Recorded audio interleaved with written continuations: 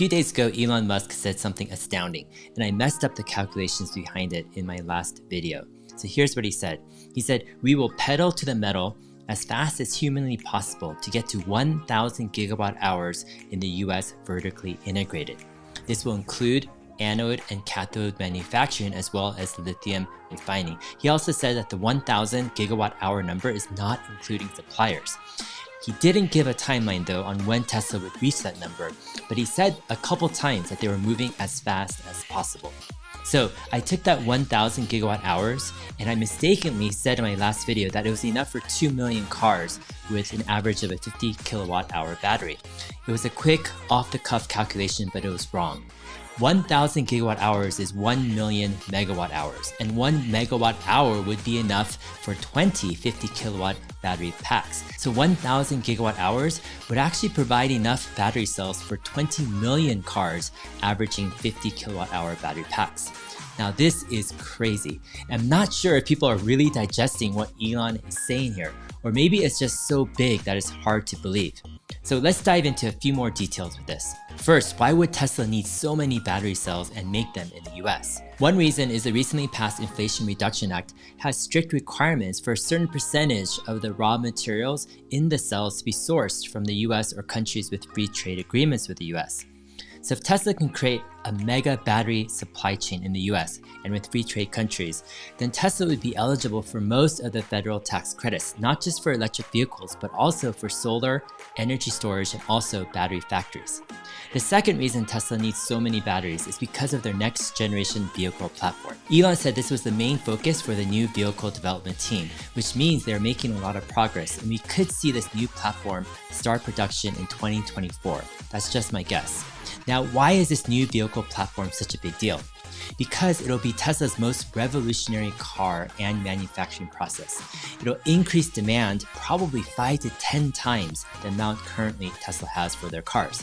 See, Elon said they're trying to make the car at half the cost of the Model 3 and Y platform.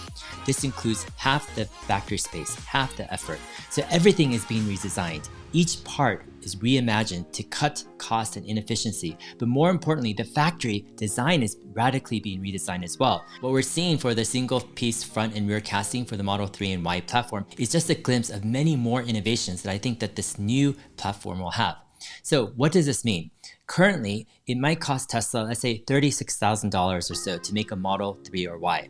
But if Tesla can really bring down the cost by half for the next gen vehicle, that would make it cost less than $20,000 to make. Then Tesla could charge, let's say $30,000 and make over 30% gross margins, but that's without FSD.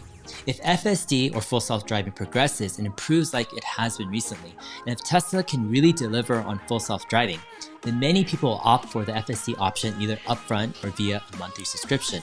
And that would be additional gross margins, but also additional operating margins because FSD is mostly just a software update being pushed out over the air. So if the car costs $20,000 for Tesla to make, but let's say the average sales price is $30,000 without FSD. That's a 30% gross margin and perhaps a mid 20% operating margin for Tesla. But if you add FSD to Tesla's operating margins, they can go ballistic. Let's say Tesla can get an average of $5,000 to $10,000 per car of additional FSD revenue. Now that's probably on the low side if FSD works. It could be a lot more. But let's say that flows down to operating profit as well. Tesla could be making $15,000 to $20,000 of gross profit per vehicle on this next generation platform. And for operating profit, it could be $10,000 to $15,000 per vehicle. That would be 33 to 50% operating margin, which would be insane. It's crazy to think about, and probably no Wall Street analyst will accept that until it actually happens. So the next question is, what will the demand be for Tesla's next generation vehicle? If Tesla can sell 2 million Model 3 and Ys per year at, let's say, an average sales price of $45,000 to $50,000 each, then let's say their next generation vehicle is priced at $30,000.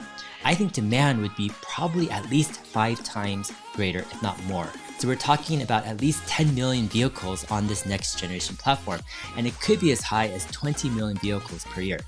So that's the context of why Elon is pedaling to the metal to get to 1,000 gigawatt hours of battery production in the US, vertically integrated. The demand for future Tesla products will be absolutely insane, and they need all the batteries they can get their hands on. All right, hope this has been helpful. If it has, go ahead, like and subscribe.